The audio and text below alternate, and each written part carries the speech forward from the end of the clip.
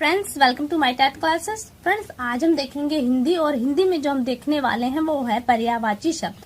Friends, CTET में आपने देखा होगा कि हम इतने सारे टॉपिक्स पढ़ रहे हैं, लेकिन जरूरी नहीं होता कि हर टॉपिक से क्वेश्चन बने। बट पर्यायवाची एक ऐसा टॉपिक है जो सीटेट में अक्सर फर्स्ट सेकंड पेपर में ये अक्सर ही पूछा जाता है। इस बार जो पूछा गया था मैं आपको बुकलेट में दिखा सकती हूँ। तो ये देखिए, दिया था कि यहाँ पे डायरेक्टली पर्यायवाची शब्द न बोलकर यहाँ पे कहा गया था कि नीचे दिए गए, आप देख पा रहे हैं, शब्दों में से सरिता का समानार्थी शब्द कौन सा है। तो यहाँ पे 4 ऑप्शन दिए थे जिसका सही उत्तर था प्रवाह। तो हम पहले इसको समझ लेते हैं। पर्यायवाची शब्द क्या है? जब कई शब्दों के समान अर्थ निकलते हैं तो वो पर्यायवाची होते हैं। जैसे आप लोग तत्सम और तद्भव जानते होंगे। तद्भव ही पर्यायवाची के अंतर्गत आता है, यानी कि ये दोनों टॉपिक आपस में काफी क्लोज है, तत्सम तद्भव। और ये जान लीजिए कि जिस भाषा में, जिस विषय के, भाषा ही है क्योंकि हम पढ़ते इंग्लिश है, भाषा है, संस्कृत भाषा, हिंदी भाषा है, और जिस भाषा के जितने ज्यादा पर्यायवाची होते हैं वो भाषा अपने आप में उतनी ही सुदृढ़ होती है। और सबसे ज्यादा पर्यायवाची आपके संस्कृत में होते हैं, और संस्कृत का ही जो तद्भव रूप है वो आपके हिंदी के पर्यायवाची के रूप में यूज होते हैं। आइए हम देखते हैं कुछ पर्यायवाची जो इम्पोर्टेंट है। देखिए, यहाँ दिया गया है अंग। अंग अंश, अवयव, भाग, खंड, हिस्सा। अंग मीन्स होता है शरीर भी होता है, और शरीर को हम तन भी बोलते हैं। तो यहाँ पे इसके कभी कभी ऐसे शब्द आते हैं जो आपको हमेशा भ्रम में डालेंगे। तो यहाँ पे देखिए अंग का क्या क्या दिया है। अंश दिया है, अवयव, भाग, खंड, हिस्सा या टुकड़ा। यहाँ पे इसका शरीर, तन और ये भी हो जाएंगे। आगे देखिए अग्नि का। देखिए अग्नि में होता है अनल, आग, पावक, वही, शिखी, सूची, हरि, वैश्वानर, हुताशन, ज्वलन, कृषाणु, ज्वाला। फ्रेंड्स, शब्दों के अर्थ समान होते हैं। जिसकी इतने शब्द हम अगर बोलते हैं तो हमारे दिमाग में आग शब्द आता है। आग की जो कल्पना बनती है वो बनती है, लेकिन हर शब्द का यहाँ पे अलग भाव जब हम उनको वाक्यों में प्रयोग करते हैं उसका भाव अलग होता है। जैसे कि चूल्हे की आग को हम आग बोलते हैं, बट यहाँ पे ज्वाला भी इसका पर्यायवाची इसमें नहीं दिया था, मैंने आपको डाल दिया है। क्या हम चूल्हे की आग को ज्वाला बोल सकते हैं? नहीं बोल सकते। क्यों? क्योंकि जब हम ज्वाला शब्द बोलते हैं तो आग ही है हमारे दिमाग में, बट किस तरह की आग है? एक बहुत ही भीषण आग है, या फिर ज्वालामुखी से जो उद्गार होने वाली वो आग है, वो आती है दिमाग में। तो कहने का तात्पर्य है कि जब इन शब्दों के अर्थ तो एक ही निकलते हैं, लेकिन वाक्यों के हिसाब से इन शब्दों के भाव अलग बनते हैं। वहां पे इन वाक्यों का अर्थ अलग निकल कर आता है ऐसे शब्दों का। तो यहाँ पे आप समझ लीजिए कि अर्थ एक होने के बाद भी वाक्यों में इनके भाव अलग अलग बनते हैं। फिर आगे दिया है अश्व, घोड़ा, बाजी है, तुरंग, तुरंगमय, घोटक, सैंधव, दधिका, शर्ता। फ्रेंड्स, मैं सारे तो पढ़ नहीं सकती, बट आप यही कीजिएगा कि आप वीडियो को पुश करके यहीं से आप देख लीजिएगा। आग का दिया है, आकाश का। देखिए फ्रेंड्स, जो इम्पोर्टेंट है मैं वो आपको बताए। देखिए आकाश का और बादल का, ये काफी आपको क्लोज लगेंगे, आप थोड़ा कंफ्यूज होंगे। तो मैं आपको बता दूं कि बादल के जो पर्यायवाची हैं आप उन्हें पढ़ते हैं तो आपके दिमाग में पानी वर्ड कहीं ना कहीं से घूम जाता है। अगर पानी घूम जाता है आपके दिमाग में तो वो समझ लीजिए कि बादल है। लेकिन आकाश में जब आपके दिमाग में शून्य है, जिसका अंत ही आपको न समझ में आए, वो आकाश के पर्यायवाची होंगे। शब्द आपके दिमाग में है बट कंफ्यूज हो जाते हैं कि ये शब्द किसका है। तो यानी कि अगर बादल शब्द, कोई भी ऐसा पर्यायवाची शब्द है जो बादल से जुड़ा है, तो आपके दिमाग में कहीं ना कहीं से पानी आएगा, आप समझ जाएंगे कि बादल का है। और जहां पे शून्य, यानी कि जिसका अंत ही आपको न समझ में आया, जैसे देखिए गगन का अंत आपको नहीं समझ में आ रहा, आसमान का अंत आपको नहीं समझ में आ रहा, अंबर, व्योम, अंतरिक्ष, ऐसे शब्द है जिसका अंत समझ में नहीं आया, तो आप समझ जाइए कि वो किसके पर्यायवाची हैं, वो आकाश के पर्यायवाची हैं। आनंद का है मोद, आमोद, प्रमोद, हर्ष, सुख, प्रसन्नता, उल्लास, आह्लाद, खुश। फिर दिया इच्छा, आकांक्षा, इच्छा, अभिलाषा, चाह, कामना, मनोरथ, स्पर्धा, मर्जी आदि। फिर कमल का देखिए, कमल का है जलज, सरोज, पंकज, नीरद, अरविंद, पदम, पंग, सिद्धि, सतलज, अम्बुज, सरसिज, नलिल, राजीव, पुंडरीक, इंदिवर, पुष्कर। हमने कहा था फ्रेंड्स कि शब्द वाक्य के हिसाब से अलग भाव देते हैं। देखिए यहाँ पे सभी कमल को कहा जा रहा है, क्या कह रहा है यहाँ पे? देखिए पुंडरीक कहा जाए, पुंडरीक में होता है सफेद कमल। और हम एक यहाँ पे और लेते हैं कोकनद, कोकनद में होता है लाल कमल। और कहते हैं कहलार आपका होता है नीला कमल।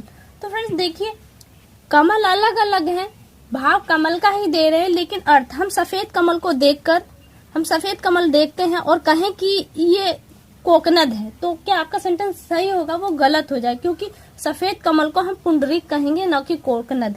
लाल कमल को देख के आप कोकनद कहेंगे, न कि कहलार कहेंगे। कहलार मीन्स होता है नीला कमल। यानी कि कमल तो है, लेकिन वाक्यों के हिसाब से इनके अलग अर्थ बनेंगे। पर्यायवाची के रूप में आपके ये तीनों वर्ड आते हैं, बट जब आपसे अलग पूछा जाए, अब एक शब्द डालकर पूछा जाए स्पेशली, तो उसके अर्थ भाव अलग बन जाते हैं। आगे दिया है, देखिए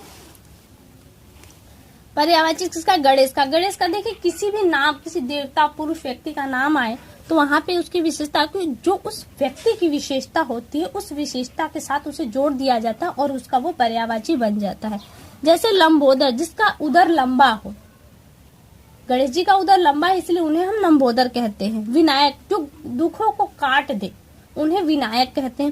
मतलब इस तरह के सारे वर्ड जो आपको मिलेंगे, अगर जो वर्ड आपको याद है तो उसको तोड़कर मत देखिए, वो तो आपको याद है, लेकिन जो याद नहीं है उसे जरूर तोड़ दीजिए।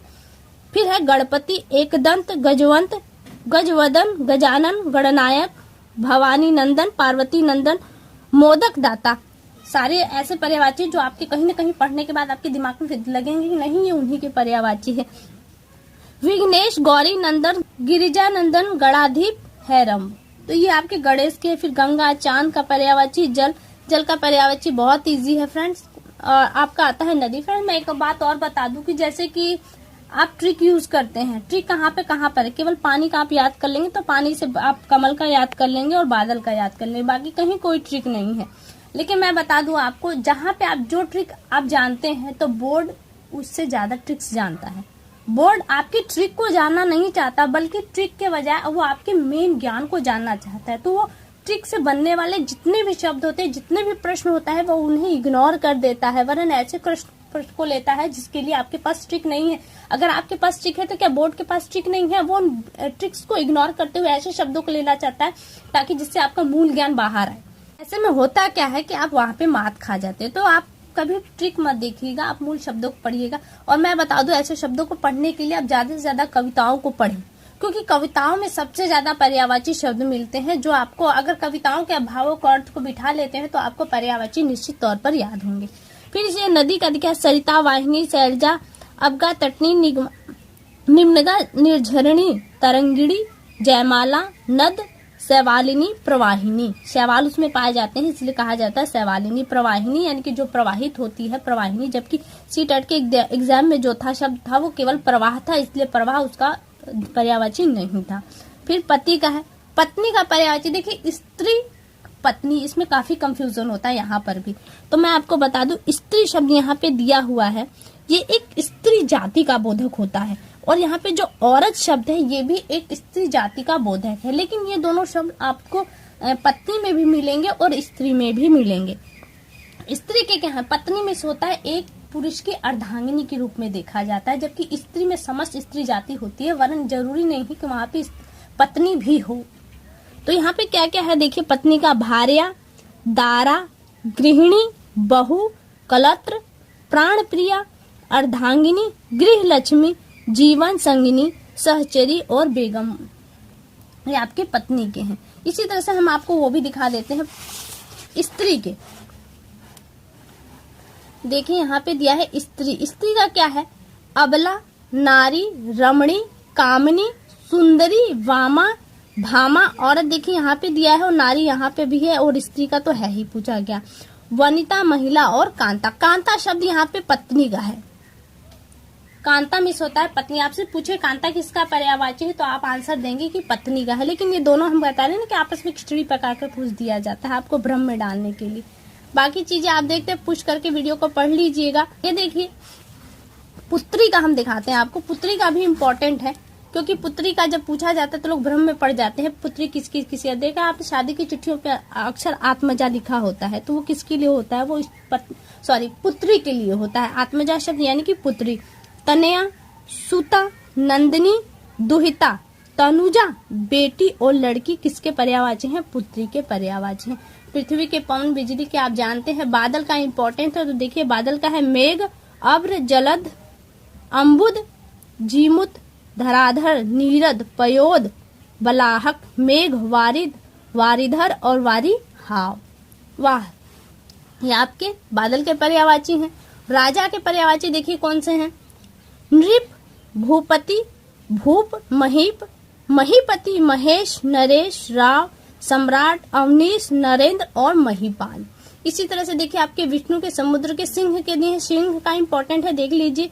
शार्दुल, मृगराज, मृगेंद्र, केसरी, केहरी, केसी, शेर, व्याघ्र, पशुराज, वनराज, ये आपके शेर के पर्यायवाची। तो फ्रेंड्स, मैं उम्मीद करती हूँ कि जो मैंने पर्यायवाची के थ्रू आपको समझाना चाहे वो बात आप समझ चुके होंगे, और आपके पास बुक होंगे, प्लीज आप उन बुक्स को एक बार देखिएगा। और ज्यादा पर्यायवाची को जानने के लिए सबसे ज्यादा इंपॉर्टेंट है कि आप पोएम्स वगैरह ज्यादा पढ़ें, इससे आपको पर्यायवाची और भी ठोस बनेगा। तो फ्रेंड्स, अगली वीडियो में आपसे बहुत जल्द मुलाकात होगी, तब तक के लिए नमस्कार।